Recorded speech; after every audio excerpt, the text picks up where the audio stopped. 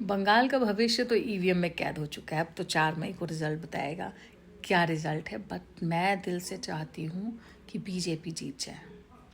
गाली बाद में दे लीजिएगा, पहले पूरी बात तो सुनिए।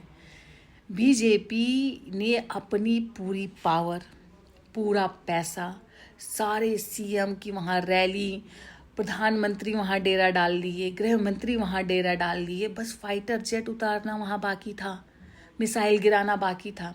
बाकी पूरी एनर्जी झोंक दिया।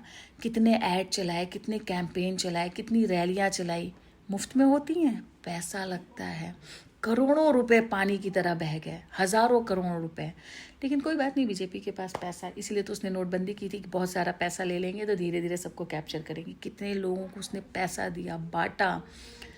अब ये बताइए, एक महिला को, टीएमसी को हराने के लिए अगर भारत की, बीजेपी खुद को अपने आप को भारत की पहचान बताता है, तो भारत ही मान लीजिए, भारत ने अपनी सारी एनर्जी एक स्टेट को कैप्चर करने के लिए अगर लगा दे और उस स्टेट को कैप्चर ना कर पाए तो भारत की बदनामी होगी ना। इसीलिए मैं दिल से चाहती हूँ कि भाई बीजेपी जीत जाए, कम से कम भारत की शाख तो बची रहे।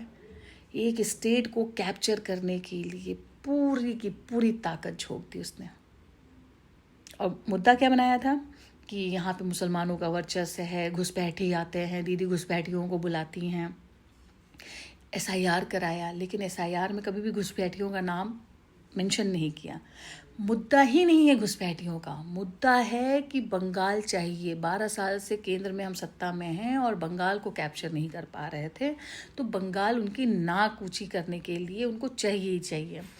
इस वजह से सारी पावर झोंक दी, पैसा, गोदी मीडिया का इस्तेमाल किया, कैंपेन चलाया, मीडिया इनके बारे में ही बोल रही है, इन्हीं को प्रचार प्रसारित कर रही है।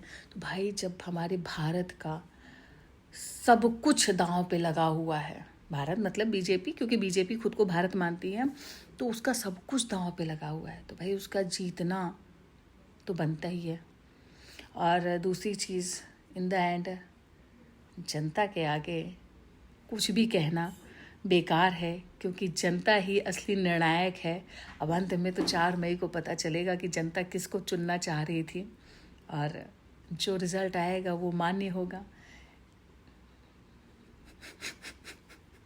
गाली बाद में दे लीजिएगा, लेकिन सोचिएगा ज़रूर कि इसके बाद भी अगर बीजेपी हार जाएगी तो वो कहाँ मुँह छुपाएगी। मैं तो बस उस कल्पना मात्र से क्या क्या एग्जाम्पल देगी, कैसे लोगों को समझाएगी, फिर उसको समझाने के लिए कितने पैसे खर्च करेगी। यार देश तबाह हो जाएगा, इसलिए जीत जाए।